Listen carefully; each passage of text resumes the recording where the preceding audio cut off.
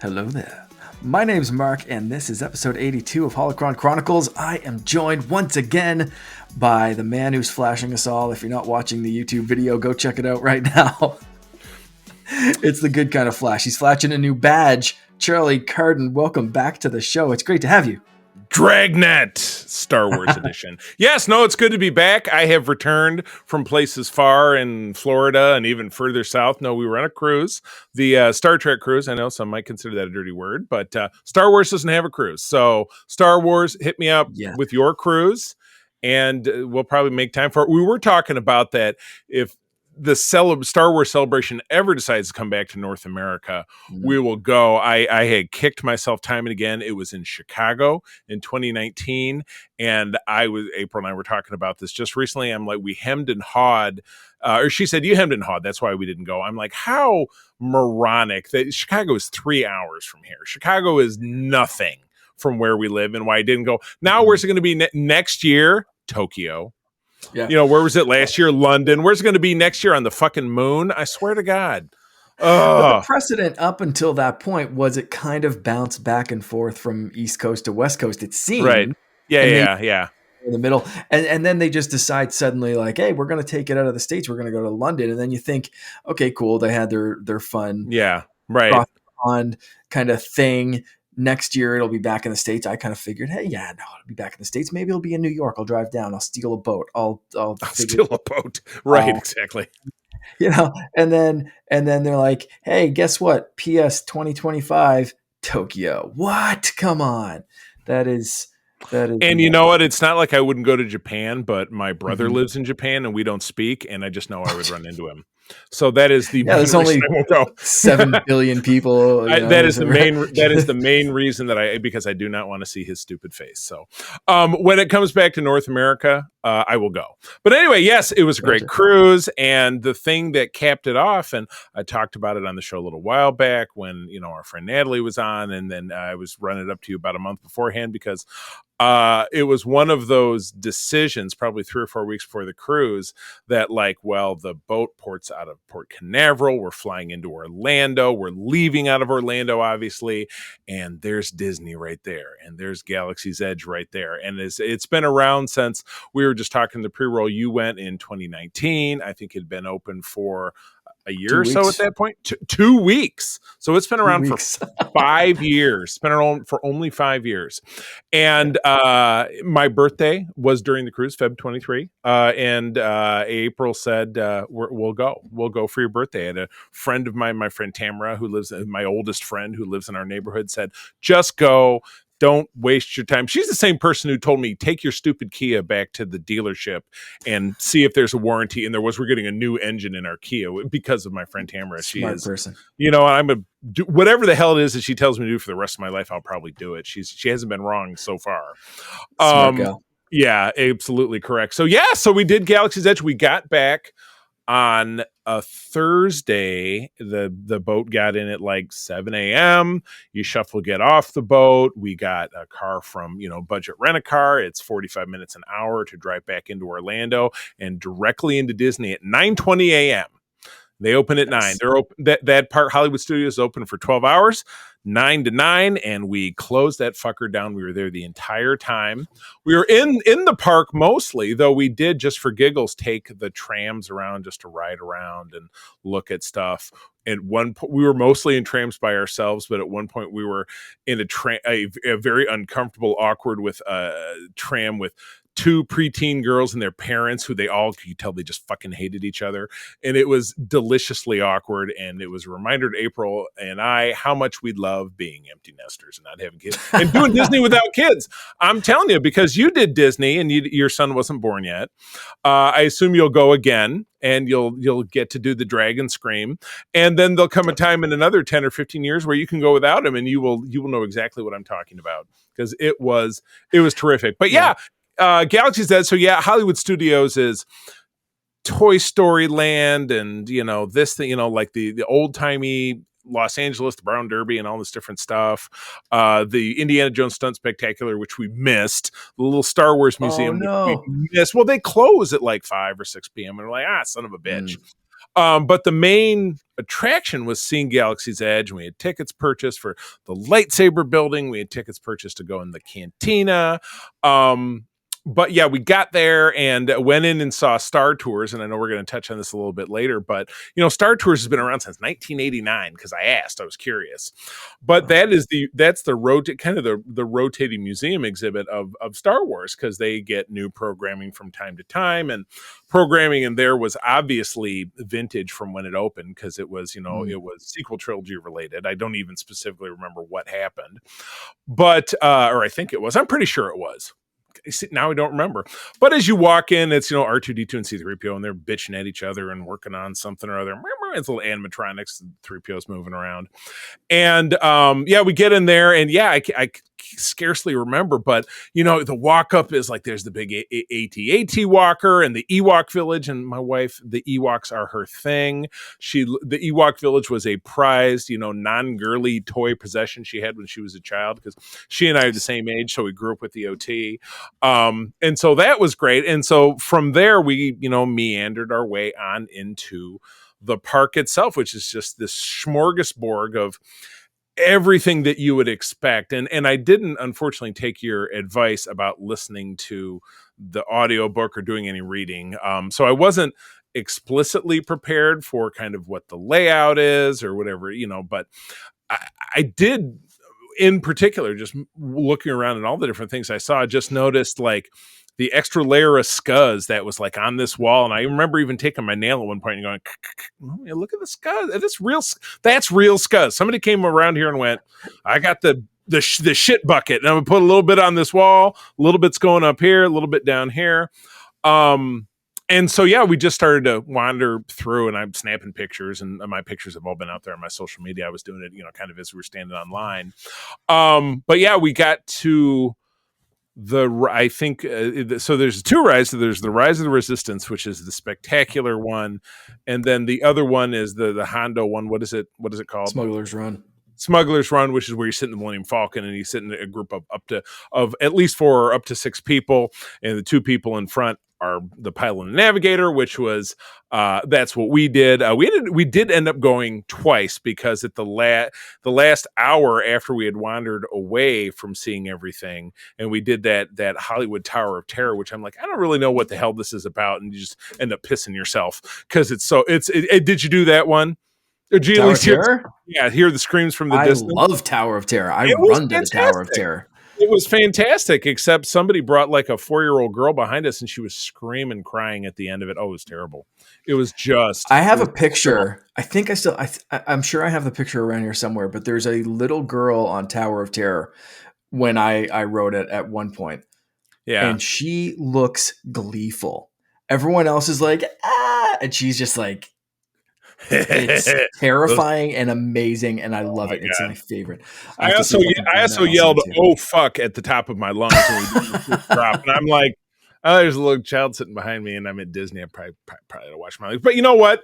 Nobody said a damn thing, because it's the happiest place on earth. So anyway, back from that, we did the Rise of the Resistance early in the day with like an hour wait. It's like nothing was so ridiculous. And Disney set up like, oh, there's the lightning line and you pay more for it. But I'm like, who really gives a shit? I just don't see the point.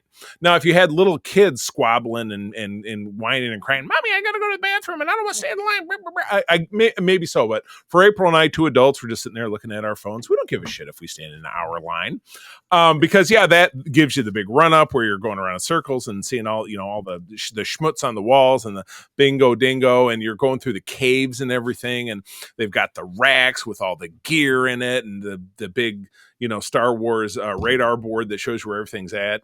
And then you do this ride, and that's not one they had when you were there, correct? It's a little bit more recent. Yeah. So that ride opened, I want to say December, January, something like that, after we were there. So it wasn't too far delayed. I could see them.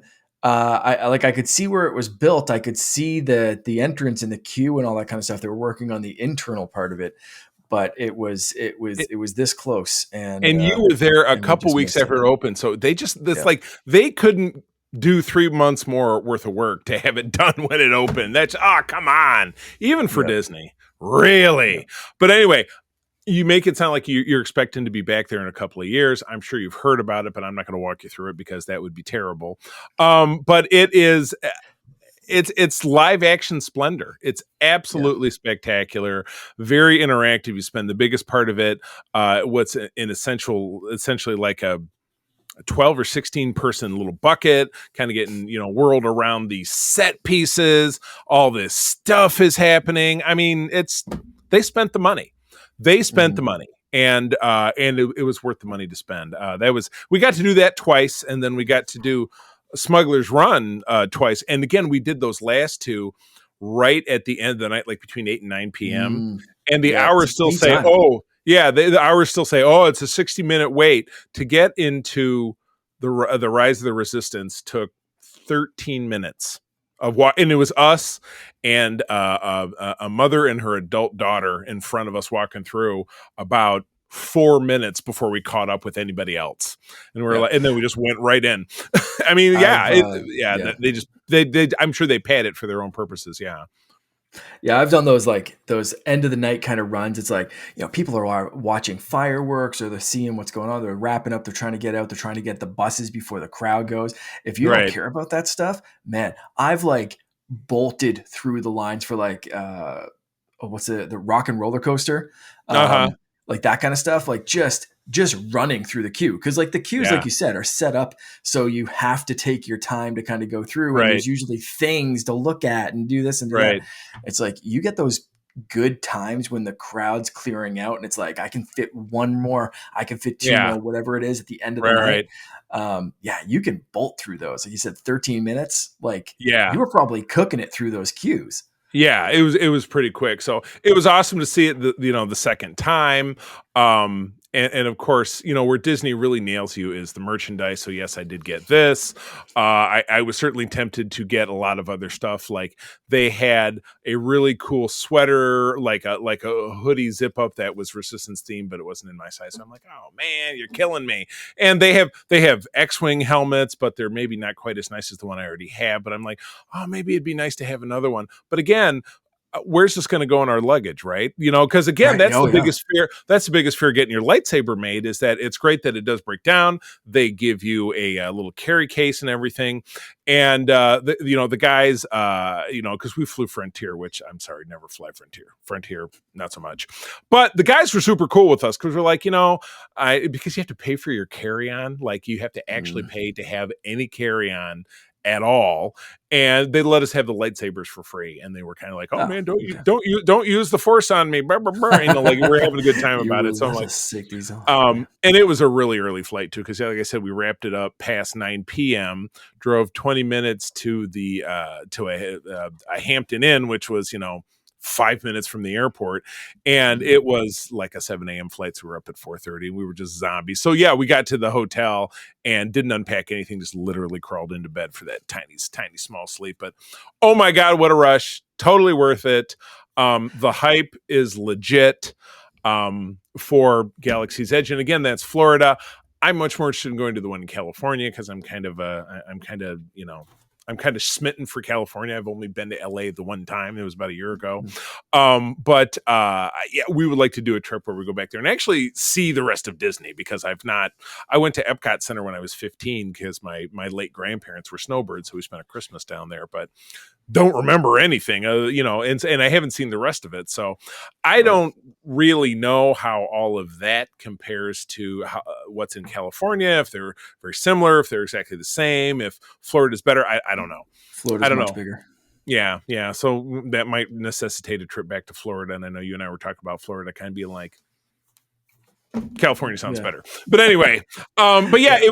it was great. It was totally worth it. Definitely continued to fuel the fire of my current fervor for Star Wars. As you know, I've been off work recently, so as I am looking for work and being on my computer, I've had nothing but Disney Star Wars on the TV while I'm working on my laptop. But I've watched it in reverse. I think I started with Ahsoka, went backwards to Kenobi, Mando was before that, so kind of mixed in. But then I went Rebels. Then I went back to Ahsoka because Ahsoka is Rebels, and now I am in the Bad Batch, and now I'm in the Clone Wars, about season 4. So It's I'm gonna run out, and then I'll just you're have to doing it start all like over again. yeah. I mean, Star Wars has never been in any particular good order, so it's Right, you're just filling in right, pieces here and there. That's fine. exactly. Before we go any further, because I want to ask you about building your own lightsaber, but before we do that, I need to thank the people that bring this show Oh my to goodness! you, and that's our Patreon supporters. So you can Yes, head over to patreon.com/secretfriendsunite, get a free 7-day trial, and join people like our friends with benefits tier, John Sedor, Phoenix Sisters Cosplay, Brennan Myers, Matthew Keel, and Corian HD, or our BFF tier, Sean, Stella, and Henry Nias, and the wonderful Missy Merchant. If you yes, want to yes. listen to this show and all of our shows ad-free, that is the place to do it. That's the spot. Any level of support gets you ad-free audio versions of all of our shows, and different levels get you different bonus features. But you can get a 7-day free trial by heading over to patreon.com/secretfriendsunite. Thank you, everyone over there. Excellent. All right. So I can't let you talk about this trip and everything else. And I love that it was a great experience, but I need to ask you about my personal favorite thing. I just did a video on this lightsaber a couple of days ago. If you missed it, it's on my Instagram page. This is the lightsaber that I built in Galaxy's Edge, currently rocking a yellow kyber crystal inside it. Me too. The protector, You're doing the same thing. defender. Yeah, So yeah. you chose protection and defense. Your wife chose elemental nature, just like I did. Correct. Yeah, and her cap is it's a little different than yours. Yeah, they changed up Yeah, all the pieces. yeah. She You has cannot get these ones. yours is, or I think hers is more a bantha horn, and Yes, yours Rancor is tooth. rancor tooth. Yeah, didn't see that as an option, but I knew that no matter what, I wanted to have a yellow saber. Which, as you go to the Jedi Depot afterwards, it's an additional purchase. You can also get a white crystal at that time, but my OG crystal is purple because Samuel L. Jackson. What else do you want? Purple is a rare, wonderful crystal. April is green, so she went with that earth tone elemental. She's actually, my wife is a seamstress, talented seamstress, and she's currently making us Jedi robes for a Star Wars photo shoot that we're doing here in Michigan next month. And we're also in the purpose of kind of crafting a backstory of our characters, who we have decided will be having lived in the High Republic era, very topical here to the Acolyte, which is going to be on here in a few months. Yeah. And I chose the bits. They're upstairs in a holder. I should have brought it down with me, so I apologize. But I will brandish it at some point. I bought a nice, like, 3-tier, almost like a little gun rack kind of thing that I could set it on top of one of the bookcases in my living room. And my third saber is a first generation from back in probably 2018, 2019, Anakin Rey Luke hero saber, which will not be, the hilt is too short to fit into that. But what I did have was a 3D printed hilt of the same kind that goes with my Luke cosplay that my partner Donovan, who's my 3D guy, did for me. So I have that kind of holding the space in between until I invariably get another saber at some point, because I'm sure I will fall victim to this trap that we're all in, having 40 different lightsabers. Yes, exactly. Yeah, exactly. Yes. Oh, that's awesome. That's awesome. I love that display. And again, you shared pictures of this. So if anyone's curious, we'll be sharing our social media tags at the end. Make sure you're following us there and or click the links in the description or whatever. But yes. So I have to ask, the lightsaber crystal thing. I've talked for years now about going down there, just trying to decide between green or blue. What the heck do I want? I'm sure it'll come to me when I get there. And I close my eyes when they tell you to close your eyes and the room is completely dark. And I swear that I saw green in front of me. And to the point where I thought they were shining a light. And my wife, who was behind me and just standing in the dark, not building her own saber, said, nope, room was black. You're crazy. Did you see a color? Were you just locked into purple right from the get-go? Like, what was your Like, did you get that into the experience where you started hallucinating colors, or what You was know what? it's like? I think in this case that's going to be a unique experience for you. I mean, I Oh, hallucinate about plenty of things because that's just the way things go. But yeah, no, I think I chose purple out of respect for the potentially never the murder that has never been solved on Coruscant in 19 mhm. BBY. The disappearance of Mace Windu inspired me. Yes, had a Okay. deadly encounter with a being flung out of a window. Ouch! That one-armed bandit. That'll sometimes kill you, but I don't Yeah, believe it until I see a body. exactly. Um, that's well, that's great, man. I love hearing about this experience. It is incredibly exciting. I love talking about Disney. I could talk about it all day long. So if we ever want to revisit this topic, let's go. I'm game. Yes, And we are going please. to talk a little bit more about this right now because part of the news you already alluded to, and that is there Yes. are new destinations coming to Star Tours in Disney World and Disneyland. So both parks, both places are getting more Sneaky Star little Wars buggers. stuff. Yeah, on Yes. April the 5th, which is the day after my wife's birthday and the day that we're getting Star Trek Discovery back, which is the final season of that great show. Ooh, two Star Trek plugs. And actually, I'm sure even if you're a Trek fan listening to this, April and I did a kind of a spoiler cast for our wrap up on the cruise. I got the chance to talk with Sonequa Martin Green, who is a fantastic actress who plays the lead on that show. One of the kind of celebrities I have ever met, and I met her in the most Oh, random way. She was literally walking by our cabin when I opened the door, and that's how I got to wow. talk to her twice. It happened twice. Amazing. Oh my It's gosh! But like anyway, my um, so what's the guy's name? Chad Michael Murray. that's how you met What's Chad that Michael actor Murray. guy? No, it was on Yeah. an escalator. Just random, Oh, just like, hey, how you doing? what? Don't you know who I am? Oh my Yeah, gosh, how funny! great. But anyway, yes, in California, and then in Disney. So yeah, Disney World, Disneyland, which for the life of me, I'll never figure out which is which. And then this was a debate that April and I had. There is a Disneyland in Paris, which I swore was Yeah, a famous punchline in the '80s. Euro Disneyland was the one that failed, but I guess there must be a story still behind that going. that I'm not familiar Yep, with. So yep, yeah, so still feel free going, to and there's yeah. one in Japan as well. Well, feel free to add me on either Threads or Instagram at C3 Carpenter to let me know the full story because I'd love to know. But anyway, new rotating scenes contained within Star Tours, which you heard me talking about, will replace the current what I believe is sequel trilogy content and give us new showings from the Disney Plus shows, Ahsoka, Andor, and The Mandalorian. So it's just a month shy because I was there on March 1st or the Feb 29th. But anyway, I missed it and I'm excited. But what's crazy about this, and this article goes on to share, that there are going to be 250 individual segments rotating throughout the attraction, probably for a very long time to come.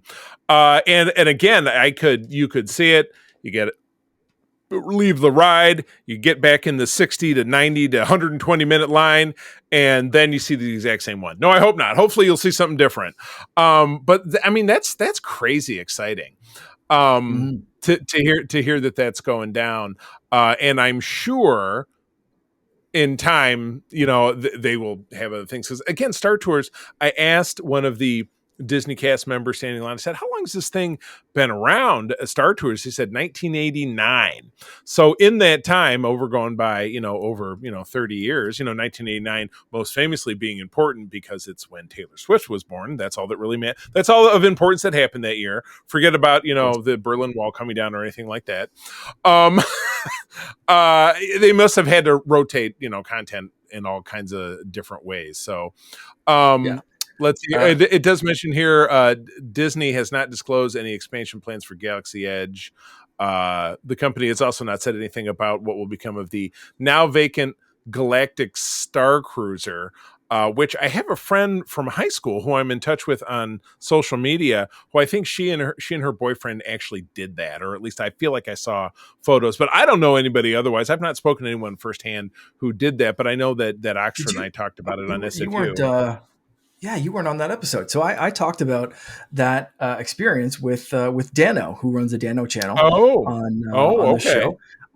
So that must have been one that you missed because yeah, it's a very interesting experience and a very kind of Yeah, niche kind of thing. Not for me, not super surprising that it didn't kind of take off the way maybe they were hoping it would, because just it was yeah, so expensive. It was so crazy expensive, but it sounded like right. an insanely immersive experience. Like if you enjoyed building lightsabers and being part of that, like living attraction theater kind of thing, like Star Tours would have Hmm. been great for that, for cosplayers, for all this kind of stuff, but just like Yeah, wildly yeah. expensive. Um, so, but yeah, Star Tours is such an interesting ride because it has changed through the years. They originally Right. had like a couple of simulations, and they'd add things as like the prequels came out and the sequels, and they'd always change up which thing you were on. So Hmm. Hmm. it is an interesting ride. Like the last time, I don't think I've ever done Star Tours where I've gotten the same thing, and I've been to Disney a few different times. I've ridden that ride several times. Um, and it's always been something different. I think the last time I tried it, I think it was something from the sequel movies. The time before that was the Okay. original trilogy. Then it's always Mm, done something different. okay. So for them bringing in Ahsoka, Andor, and the Mandalorian, that is super exciting. Right, Star right. Wars Yeah. also has ties to this show. Every single episode of this show. I don't know if you know this fact, Charlie. So Tell I me. always end this show by saying, Rex, play us out.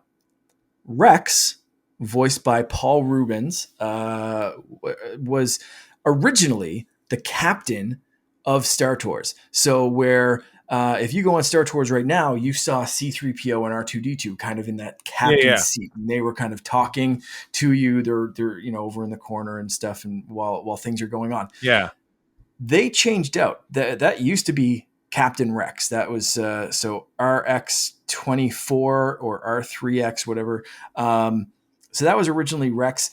Rex then left that planet, Hmm. crash landed on Batu in Galaxy's Right. And Edge, he's got a new gig because yeah, that was and the he's got a other new gig. attraction because we were at Yes, the at Ogie's Oga's Cantina and Cantina, yeah, which and I will tell you, standing room only, and we didn't stay terribly long because we was just the two of us, and we ended up chatting up some nice couple, I think from New Zealand, who was like, "Yeah, we go to Disney absolutely all the time," and I think I gave him the card for the show. I'm like, "I do a Star Wars nice. show, and Rex there does our theme song, and blah blah blah." So I just had a nice chat. Yeah, exactly. That's great.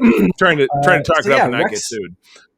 Rex, before he came on this show, he was the captain for Star Tours. So Yeah, that's a ride that's awesome. near and dear to my heart. I love that ride, and I love the. Speaking of great lines, that line. I don't know how long it was for you, but did you go through like the long version of the queue for that, where you see all the original posters and artwork and concept art and all that kind of stuff? For Star Tours?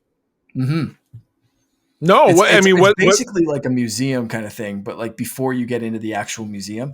So the queue for Star Tours, if it's really Yeah. long, they open it up and you go through, and it's all this like original like Ralph McQuarrie artwork and posters and all this kind of stuff. Now they did have elsewhere in the park a separate Star Wars museum. That was one of the ones we didn't make it to. So Yeah. potentially the stuff is over there now. But yeah, the Star Oh, Tours okay. run up was simply the giant AT-AT or ATS AT-AT if you prefer walking above the Ewok village. That is what the entrance is, and then the bunker and everything. Very Return of the Okay.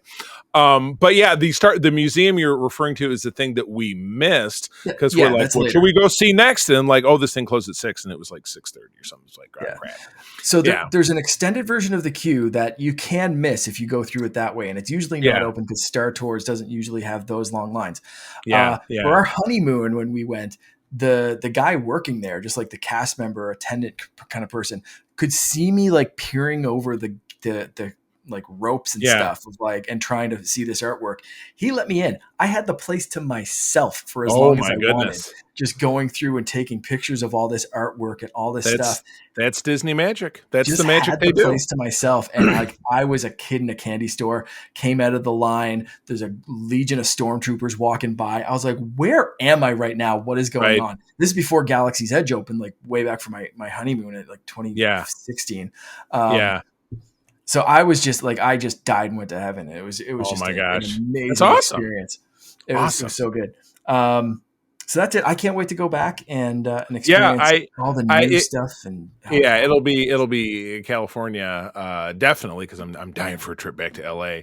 But yes, if I have to go back to Florida just to see the majority of Disneyland, I guess I'll do it. But whatever. So yeah, so that's that. Now you have some video game news. I'll let you talk about I that since I'm not a do. video It's game going to be guy. But very, it seems sad. yeah, It seems very it's going to sad. be very quick. Yeah. So last week, Malcolm and I talked about our excitement for a game. Respawn was doing a Mandalorian game. We talked about our excitement. We talked about our wants and our desires for this game and our excitement levels. And then now it's canceled. Now it's just gone. It's Now I just feel like something about the Mandalorian, which was the spark, no pun intended, since the spark of the rebellion, very big. Obviously, walk around Galaxy's Edge. Since the Mandalorian is the real spark of the Disney Plus, that new era, everybody loves the Mandalorian. Why did this game get canceled? What's the story? So the company that was making it, Respawn, is owned by EA. They make Jedi Survivor, Jedi Fallen Order, all that kind of stuff. But All right. they have this big shift in. They just had this big kind of shift in a lot of video game companies. Todd and I talked about it on our last episode. A lot of companies are doing these big, massive layoffs, restructurings, trying Yeah. to make Yeah. more money, trying to do this, the same old song and Boo. dance bullshit. I Yeah. won't get into it too much here. Yeah. So this is kind of relating to that kind of stuff. EA Yeah. is restructuring how they make games, what their focus is. They want more live service, which means like it has a long life. Something like Fortnite that doesn't end, that you can keep Yeah. spending money on Of over and course. over and over again. So this game sounded more like Jedi Survivor, Jedi Fallen Order, which they have confirmed they are getting a third game. They're not canceling that series. They're still going in it. But most of the games that EA are making from now on are not going to be that kind of single player story based. You play it once or twice or whatever, but you get the story and the story's done. Yeah. They don't want Yeah. to do that anymore. Right. They had a big flop on their hands with their Suicide Squad Kills the Justice League video game. I didn't play that one. It didn't look good. I didn't hear good things about it, so I skipped it. Right. And They said that was a huge loss. And those movies weren't successful. So how is that going to generate a lot of buzz? And there's just a lot of negativity around DC anyway. So it's not surprising that it failed. Yeah. So they looked at that game. They looked at Jedi Survivor. They looked at what they could potentially get from this game, and they just said, you know what, we're going to cut our losses. We're shifting our focus to these, Fortnite style live service games or like sports games or whatever else. Yeah. And so they canned this game, which sucks because a Mandalorian action game would have been badass. Absolutely. And so it's a shame that they're just like, no, we're going to focus on different types of games. It is what it is. But anyway, Todd and I just had a conversation. If you're listening to this and you're interested in video games, check out Co-op Mode. We just had a conversation about all of this kind of cancellation stuff last week. So check us out over there. But for here, I'm just sad. And because Malcolm and I talked about it last week, I had to bring it up. But let's move on to the bad batch. You are the sad Alorian. Sad Alorian. Yep. Oh my God. All right. Bad Batch is now in season 3. I obviously was not with you last time where you got to talk about episodes 1, 2, and 3, which were dynamite. What did you think of this? I think this is the best season they've had so far. Because I did crunch seasons 1 and 2. As I had mentioned, in preparation and just having it on in the background while I'm kind of doing my thing, looking for, my next great career move.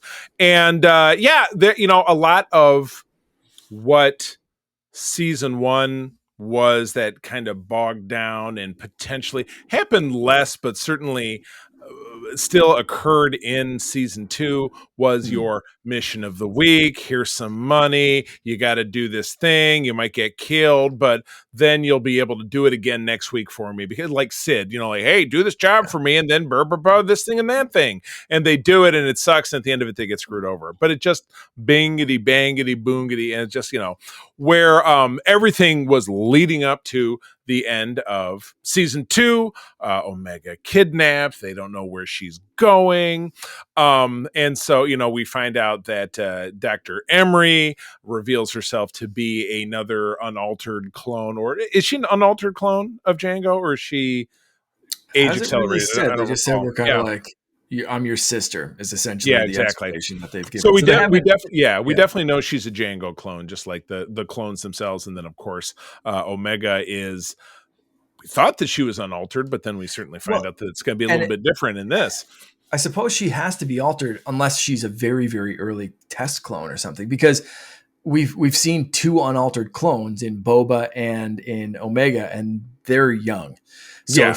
if the Doc's as Emery old has as, to be. Yeah. If she's as old as the clones, then she has to be accelerated. Exactly. Right? Yeah, she's, exactly. She's as old as most of the others. So so that was exciting. So obviously episodes 1 through 3 took us through the odyssey of introducing us to that prison facility where she's being held. She's being blood tested daily. We don't necessarily know why, but we evolved through those 3 episodes and learned that along with a visit from Papa Palpatine himself, we find out that this is the genesis of what we found in The Mandalorian and what eventually probably becomes the clone that is Snoke in the sequel trilogy. The effort to combine cloning with force sensitivity has been piped into directly into Omega. That is what she is. She is a force sensitive clone. Lama Su, the caretaker from Kamino, one of the last survivors of that planet, was keeping the secret by futzing up the blood samples, but during an emergency, she wasn't able to do it, and the secret was revealed. But that gave, while the emergency that was happening is that Crosshair and Omega were able to escape. Crosshair obviously being our the wayward son, the long lost brother to the Bad Batch gang that stayed with the Empire, but eventually, as we know, betrayed them. When they basically betrayed him, he decided to just up and murder an Imperial officer who was a total piece of shit. So it was totally justified. But yes, they escape, and that takes us through the end of episode 3, and then rolling right into episode 4. So yeah, I think just super quick recap, and that was me not having watched him a second time. I was just rolling off the top of my chin and videos that I've watched from the new Rockstars channel on YouTube with Eric Voss, which is one of my favorites, where he broke it down in granular detail. Really helps you remember. It was through the end of that we see our 2 heroes escaping, and I rewatched episodes 4 and 5 this evening before we got rolling, so I can go through and read the summaries, and we can chit chat about them as we always have. Yeah, you bet. All right. Well, I'll start with episode 4, A Different Approach. Sal Ruiz doing the directing. Ezra Nachman is the writer. With a damaged shuttle barely sustaining their escape, Omega and Crosshair are forced to crash land on the planet Lao. Not Luau, because it's kind of a crappy planet. And it's an imp planet as well. Or, there's imps running around. They make their way to a nearby spaceport where Crosshair wants to use force to hijack a ship. Big surprise. Omega insists on acquiring the money needed to bribe a clerk through her gambling skills. Now, have we seen her? Was she gambling back at the bar where they were the previous 2 seasons? She was gambling with Sid, and that's there you go. One of the first times I really leaned into like she is force sensitive, because I remember talking about that of like she's got this insight into what the next move is going to be. She is naturally good at this, and it's not that she's naturally good at playing these games. She's naturally good at reading people, reading your next move, reading your intuition, reading your emotions, and playing off of that. It's never mattered that she's good at card games or gambling. Right. That's been a like, look over here distraction kind of thing. Nah, girl's force sensitive, and I've called it since like season 1 or 2. Nailed it. Very satisfying for me. Our resident cute critter, which is Batcher this season, is kind of the big dumb dog that got rescued along with Crosshair and Omega when they left, gets snagged by Imperial troops because one of the people that Omega took to the cleaners was the local imp captain, the local garrison commander, and he was pissed. So he snagged their dog. Omega goes after her. With Crosshair following along, muttering, "I just want to kill people. I just want to kill people. When do I get to kill people?" Again, the imps find and corner them. Crosshair suggests they use his skills to resolve the situation. Omega lets him, and they free Batcher. Lots of blown up. They release some rabid animals, one of which eats the captain and a lot of the other TKs running around. They steal a freighter and they escape.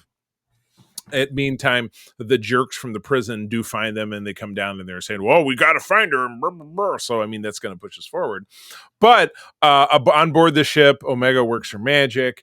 She's able to send a coded signal to Hunter and Wrecker, and they both meet up in this just very beautiful scene on this wonderfully starlit planet out in the middle of nowhere, and there's a big hug and everybody's crying, and everybody, people are watching, they're crying. Maybe you're crying a little bit on the inside, but you're having some emotion about it. And then one of my favorite moments, and again, I would love to look into this and the legality of it. I thought, well, how can they get away with that? Oh, it's Disney. When Crosshair starts to walk out of the ship, the music that plays is from Black Panther. Go back and listen to it again. It is the music that that the Black Panther heard when he was in the afterlife. It goes do do do do do do do do do do do do. I wonder if that's purposeful or if that's just Disney can get away with it because Marvel Star Wars is fine. Themselves, but interesting. I don't know if it's some kind of, I don't know, but it is 1,000% that same music cue, which again, kind of notes. Wow, one of my favorite music cues in all of Marvel is that. Oh yeah, So that was powerful. I think it also spills over into the next episode. So let's break this down before we move on. Sound good? Or do you want me to knock out the? Okay, gotcha. I'm good with that. Yeah. So good stuff. Great. Yeah, and getting to see, and it's wild because Omega is so devoted to her family that you got to think Crosshair hasn't been a part of their family in 2.5 years. Because if, again, going back and watching Bad Batch again, Crosshair was just a part of their group for a very short period of time because she met them for the first time, literally at the end of the Order 66 mission. They came back and they're like, well, this Order 66 stuff seems kind of weird. And they get back to Camino and they walk off and they're like, hey, my name's Omega. And that's when we meet her for the first time. And then when at the end of, I think it's that 3-episode arc, or maybe it's somewhere in between, when our guys decide to leave for good, that's when Crosshair says, nope, I'm staying. Good soldiers follow orders, and I'm here. And Crosshair was also really sketchy because Hunter really did let Kanan Jarrus escape, young Kanan Jarrus, Caleb Dune, during that Order 66 mission. So Omega didn't really spend a ton of time with Crosshair, yet she's been with the rest of them for, like I said, 2.5 years, but she still holds him so close as family, and it has everything to do, I'm sure, with the bonding that they did, sharing that same goal of escaping that prison together. So the bond that she has with Crosshair is a little bit more akin to a kind of a trauma bond, as opposed to the normal, you see my air quotes if you're watching this on YouTube, familial bond that she has with the rest of them. So it's interesting to me how that will play out throughout the rest of the season. You know what I mean? If there are conflicts. Yeah. So that was something that I noticed just in that very brief connection. And again, the most powerful part of the episode for me was that music cue when Crosshair walks down the ramp and brothers reunited, but they just don't know what to say. so much has happened. Like, so there's so much water under the bridge. There's so much, venom in the syringe, as it were. It's like, where do they, where do, but now they're all united in the commonality of the fact that they're outlaws, and all they really have, particularly after the betrayal of Sid at the end of the last season, which of course Crosshair knows nothing about. He wasn't a part of it, but they realize, and then the loss of, I always mix up Tech and Echo. Who was the one who died at the end of last season, or supposedly died, fell to his death? Can never keep it straight. I apologize. I will work on that. And the death of Tech, which Crosshair obviously knows about. I'm sure knows about it in passing because Omega shared it with him. But now they're all to the point where they are all in the same boat. They're all enemies to the Empire. They're outlaws, and they have no one. They have their home on Pabu, which they do as we move into episode 5. They do bring Crosshair into the mix, but Crosshair is not letting his guard down at all. But we'll talk about that when we get to episode 5. So how about you? How are you feeling? How are you feeling after episode 4? Episode 4, I thought, was another great showcase of Omega having the skills of all of her brothers. Mm-hmm. And kind of being the best of all of them. And you see the training from the first 2 seasons really instilled in her leadership.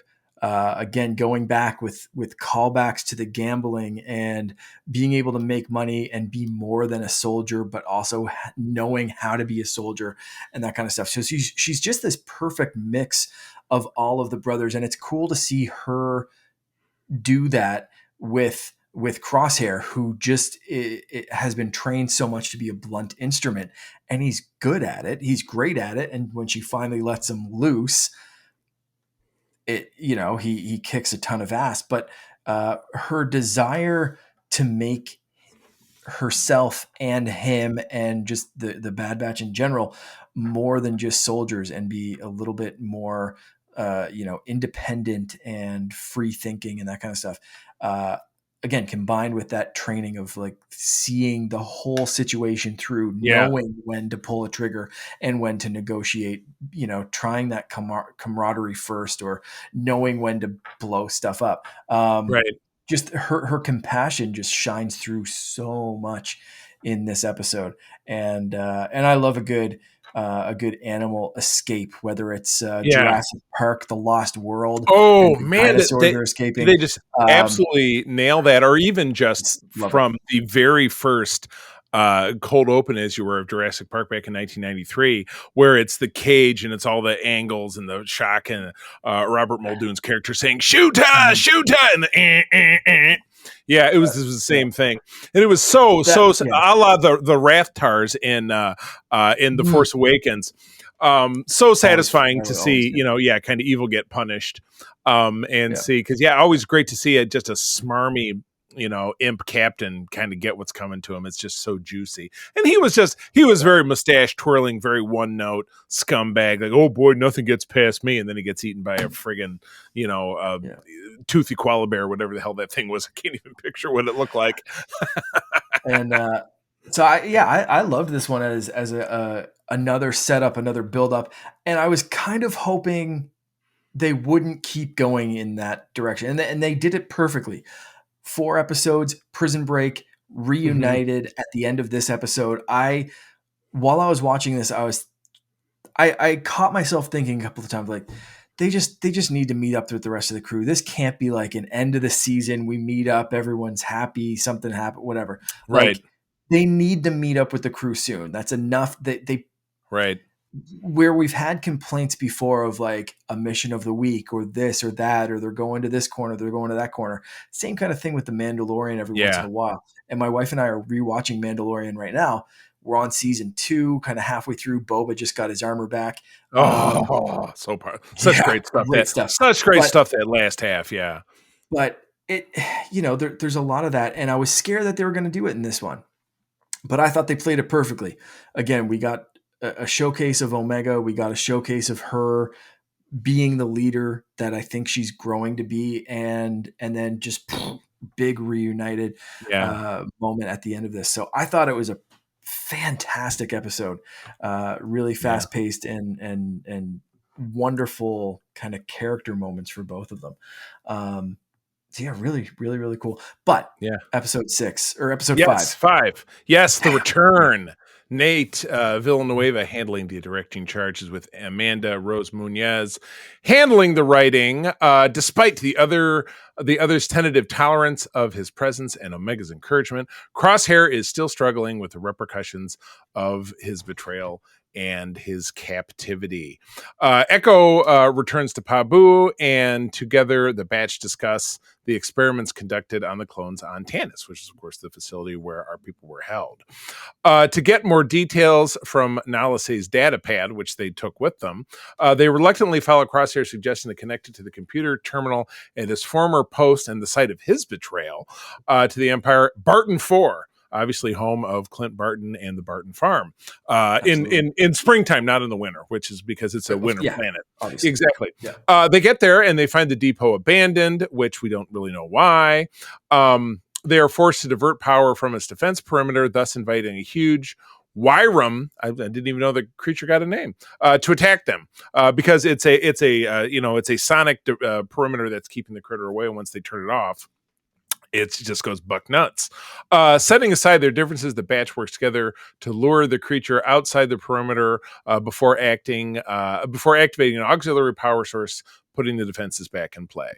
With Crosshair having earned his squad mate's trust back, and with the information they recovered, the batch set out to free their brother. So we're going to get a big blowout episode this week, because this on Wednesday when you're listening to this episode airs. Episode 5 is going to be obviously the beginning of their siege. So power, I'm of two minds of this, if I might. We had a relatively run-of-the-mill, there's a creature, we got to do this thing, yada, yada, yada, which is, it's all well and good, and I think they did it serviceably well. But I think you'll agree with me, the real juice in this episode is, and again, I was joking about my brother. I have an older brother. We don't get along. We've not spoken in a number of years. But brothers are, I know you have a brother. You have two brothers, one brother? One brother and a sister. You have one brother. You never talk about your sister. I don't know anything about her. You'll have to fill me in at some point. Unless you don't talk to her, and that's why. No, she's great. I talked to her the other day. I'm teasing. But no, my brother and I had a falling out a number of years ago. I would love to reconcile, but again, that's something that's got to come from him because he was the falling outer. I'm going on record as saying, and I don't know if he listens to my show, but you know what? You listen to this, give me a call. Love to talk to you. But at any rate, seeing the interaction between Hunter and Crosshair, and it's very tense. And when Crosshair says, "You're pissed at me because I did something that you couldn't do. I saved her. You didn't save her. She got out of there because of me, not because of you." And there's a shove. And thankfully it didn't come to blows, but you could really tell these clones are so vulnerable to all the same cleavages of emotion that all of us have, and again, it's one of those mom like you best kind of moments, you know what I mean? Brothers are men and men are stupid. We are arrogant. We are prideful, short-sighted, don't really consider things so much of the time. And Hunter, while he's our leader, he's the Rambo of the group, thanks to his awesome bandana. I saw some merchandising somewhere that somebody was selling a bandana with the little skull on it. I would totally pick one of those. I've never owned a bandana in my life. I would totally get one of those. Wear that shit. I'm not getting the face tattoo. That's not happening. Because I would still like to get a salaried job in my life. I don't know a lot of face tattoo people who are doing great things in their career. But you know what? Again, at me on Threads or on Instagram. If you have a face tattoo and you're a doctor, I would love to hear from you. C3 Carpenter. That would be awesome. But that, again, for me, and again, there's some very serviceable stuff in this episode. Fighting with a monster, plugging in the computer thingy and getting the data they needed so they can go off into. So it was, very Lego movie. Let's get the thing to put it on the other thing. We had some of that going on in here, but it was that single interaction between the two brothers that really just cut, and again, Crosshair is very stoic, never really talks about how he feels. And this was his moment. And he gave us exactly what we needed. It Yeah. really it really cut through that. And he's struggling with he has a bit of a disability now because he has a tremor in his right hand, his trigger hand, because Yeah. of his captivity, and just probably overall for the fact that the clones are eroding. That's essentially their fate, though we know that they can live to be a ripe old age, because that did happen with Rex, at least through Yeah. Rebels and potentially through Return of the Jedi. I know that there's some debate if that's canonical. I'm not sure, but I believe it.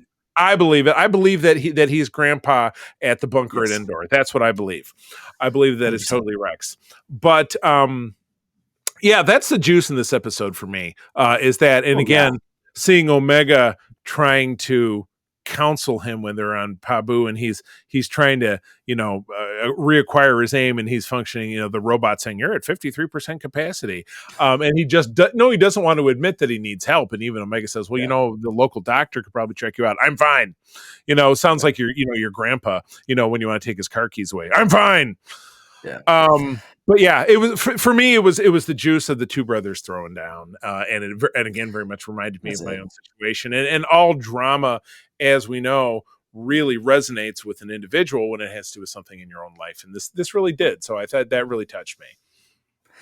Yeah. This episode was very much featured some MacGuffins pretty Yeah, heavily, of like, the shit needs to hit the fan. What's going to hit the fan? Oh, it's a giant worm, and we're trying to get a yeah, data right, pad. Something had to happen, because otherwise these two people aren't talking to each other. So one right. person had to save the other. We had to have this big moment of selflessness, of like working together to force these two idiots to come together. Yeah, Because not only are they guys and men and tough guy, blah, blah, blah, these two idiots are designed. They are built, hmm, trained, programmed to be blunt instruments and not worry about their feelings and right. emotions and talking and doing But this. they These still are got good him. soldiers that Yeah, follow orders. yeah, They haven't been raised, trained, programmed, designed for any of this kind of stuff. right. So for them to have to figure it out, sure, this could have lasted 86 more seasons and eventually they start to talk. But instead, we got a giant worm threatening their lives and they have to work together. And at the end, they hug it out. So I thought Life it was, life finds a way. Life makes you deal with your yeah. shit.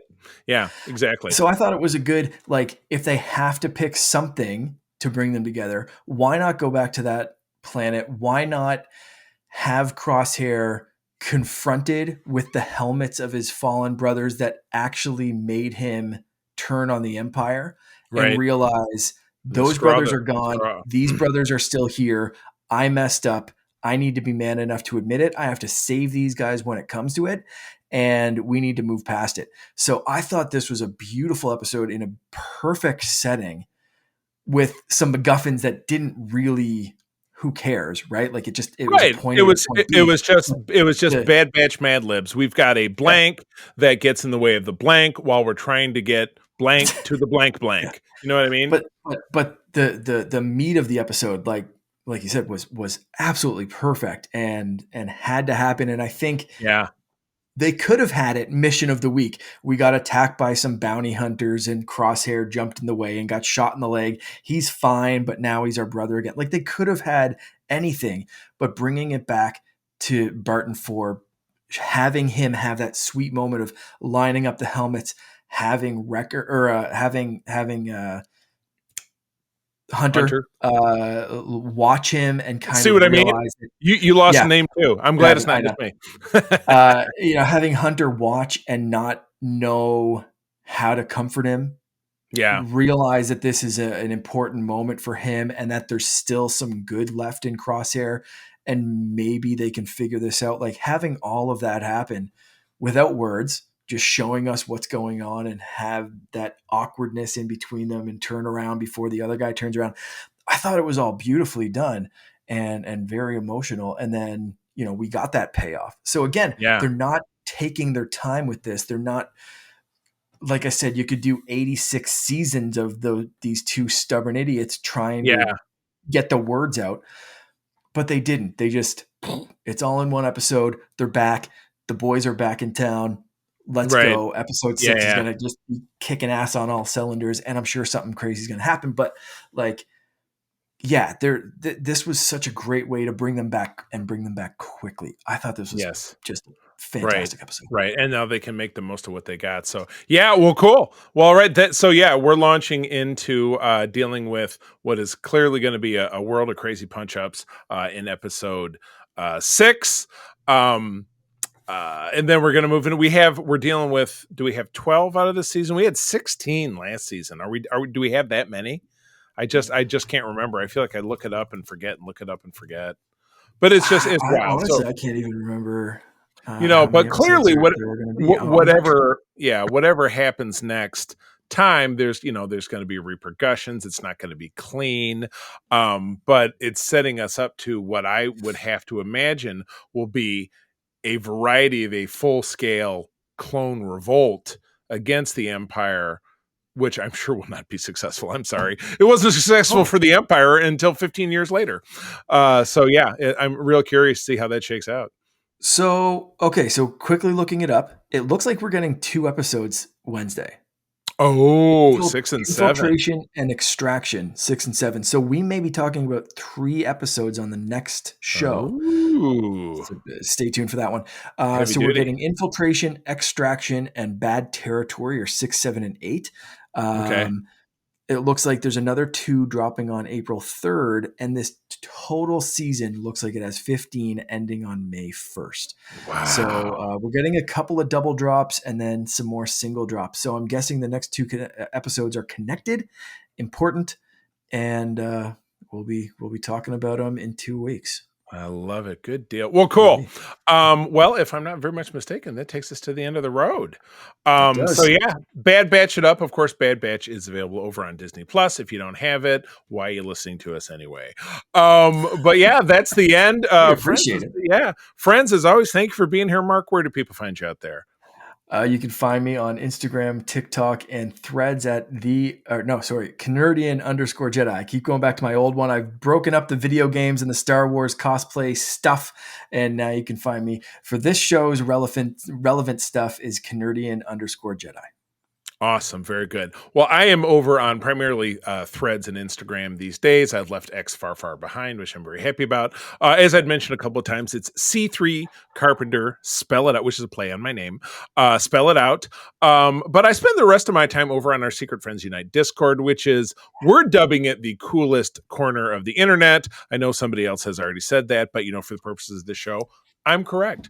But another big chunk of where I spend my time is running the USS Grand Petoskey with my lovely wife, April, one of the biggest chapters of the International Star Trek Fan Club in the United States and the world in general.